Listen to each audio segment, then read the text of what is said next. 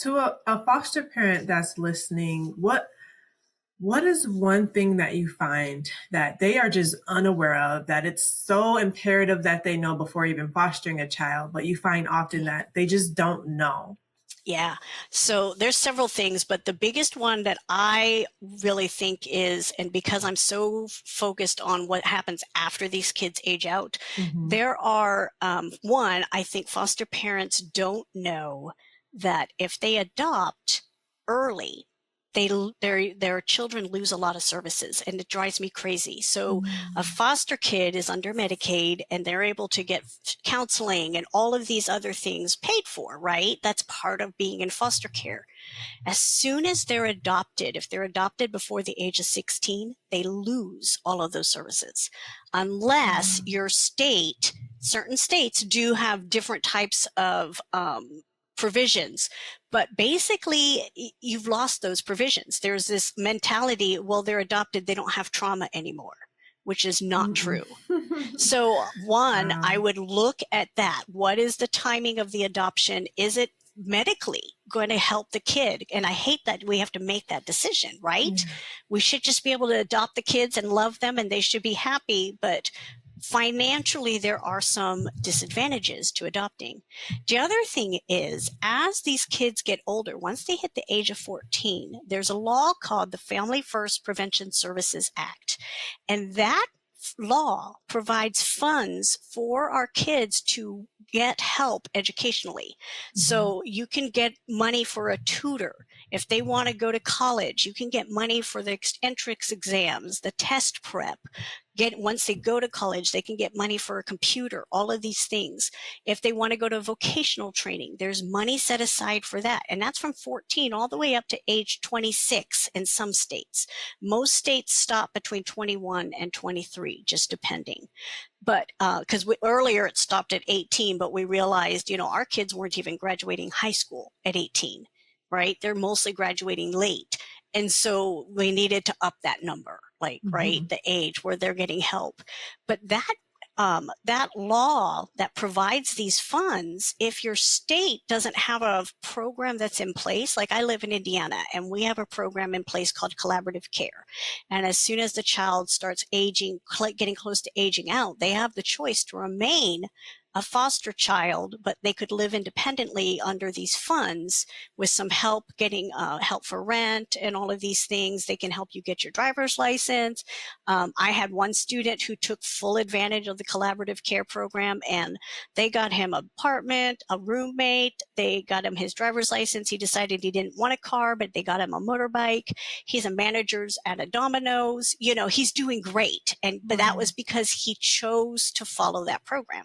Some of the states don't have that kind of like thing in place.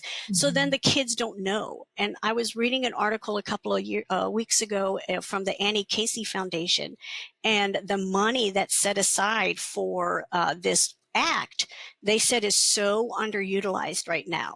Maybe Wow. 40% of their tutoring money is being used. The vocational and educational vouchers, 12% is being used right now. Wow. That is, I mean, that's a lack of information, right? So Yeah. I'm always making sure. And when I train my foster parents and I give them their guide on how to use these family first monies, they're like, we didn't even know this Mm-hmm. existed. And Mm-hmm. unfortunately, and I just had this conversation with another host, unfortunately, there's also an issue within the child welfare workers because they're coming out of school so young. Again, very low paid job. So the caseworkers tend to be people who are right out of college, right? So they don't really know anything. And then they turn over so fast that it's really hard for them to know all the laws that Mm-hmm. affect the kids. They don't know what type of laws they should be talking about to their parents because they have not taught that. And so they need to be aware of these, especially that family first. Because if like a state that does not provide tutoring, Indiana, we do have a budget in a state level for tutoring. So if Mm-hmm. I have a foster kid that needs a tutor, I can apply to their case manager to get them a tutor. A lot of states don't have that, but they should be able to use that family first money in order to get them a tutor. So It's just a matter of knowing those laws are out there, and they just don't.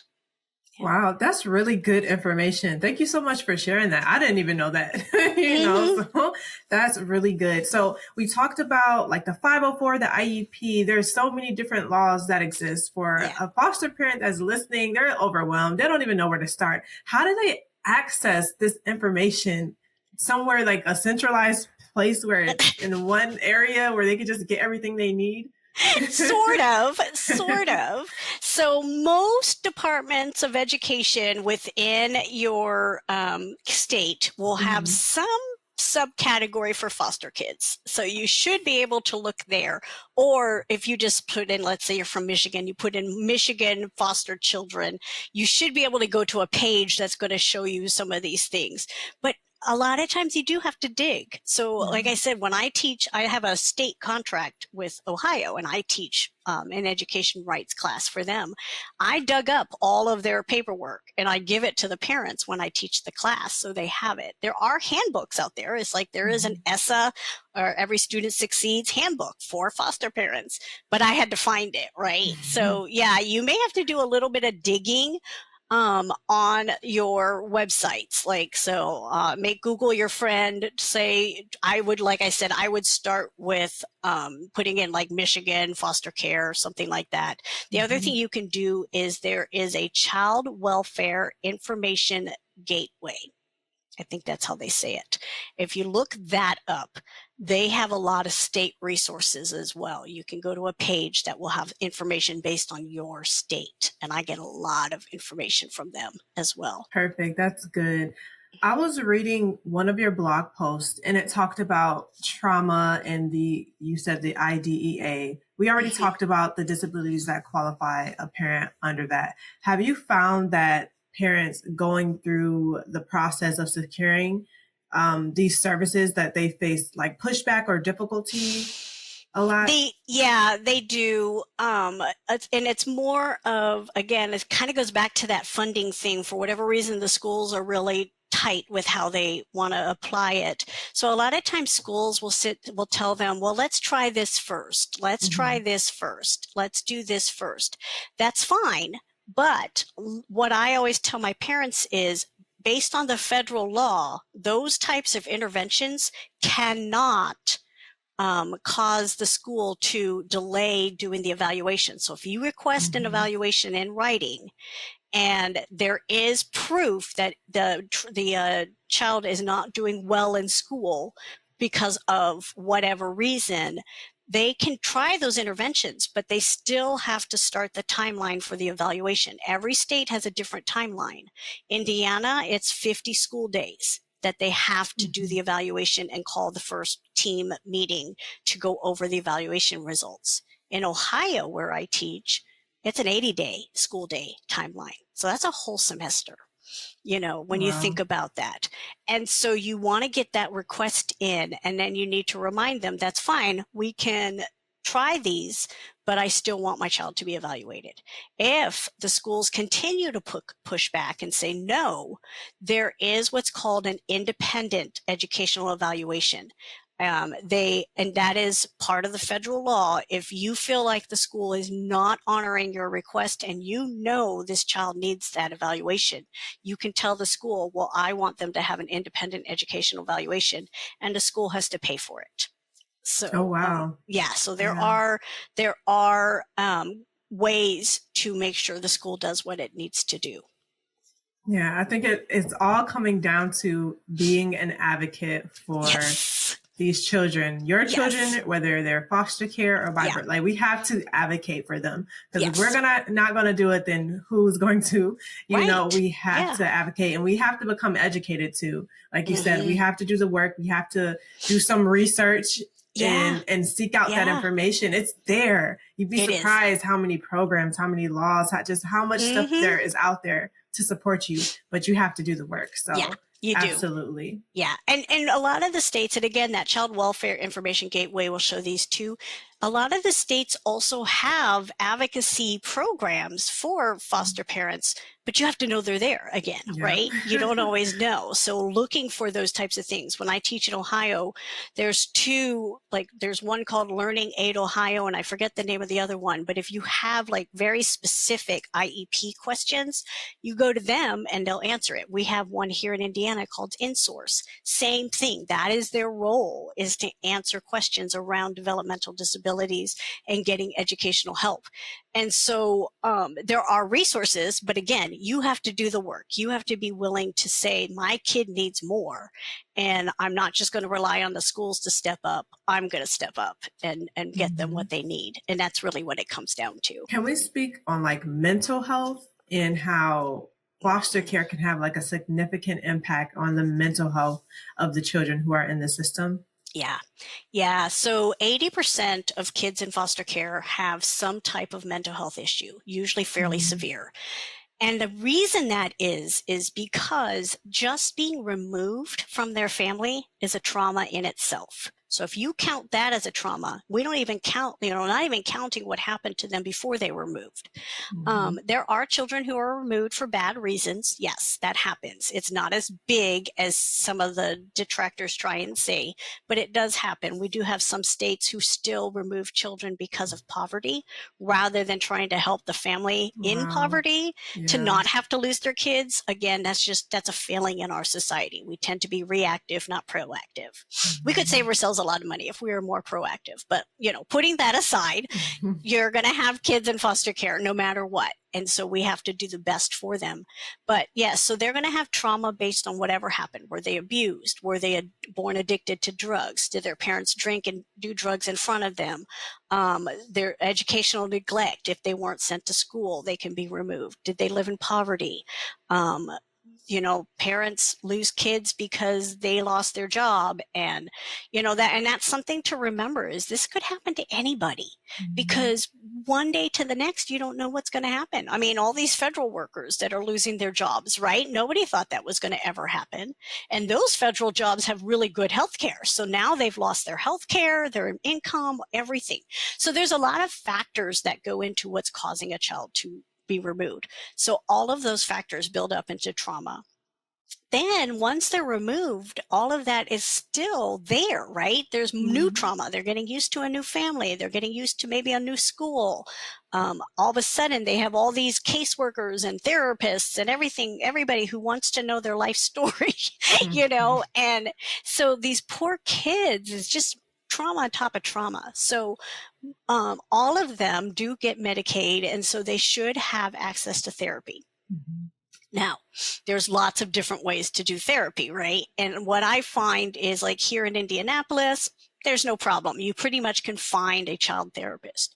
The ones that struggle are those who are in like rural areas where they don't have the same resources we do. I have a lot of rural families that just cannot find a therapist for their kids.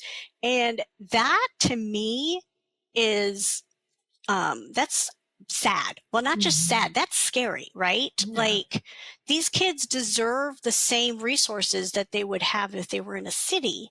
And somehow, I don't know if it has to be virtual. I don't know if it has to be telehelp. I mean, some of those things, I know they're not the best solution, but they would provide something.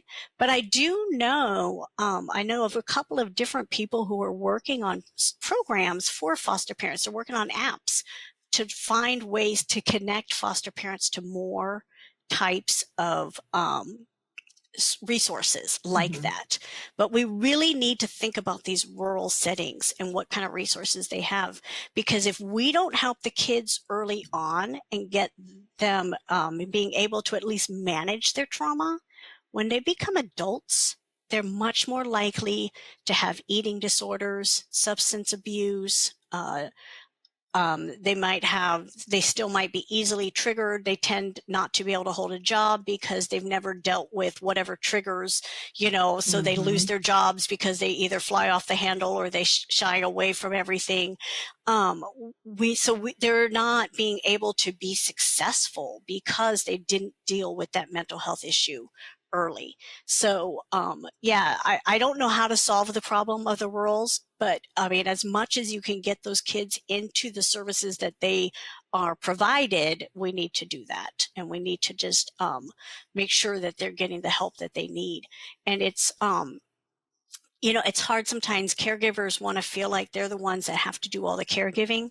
But really, I like to talk about foster parenting as being part of a team. Mm-hmm. So when you're a foster parent, you're going to have therapists, you're going to have case managers, you're going to have school staff, you're going to have all these people that are coming in and out of your house and your lives.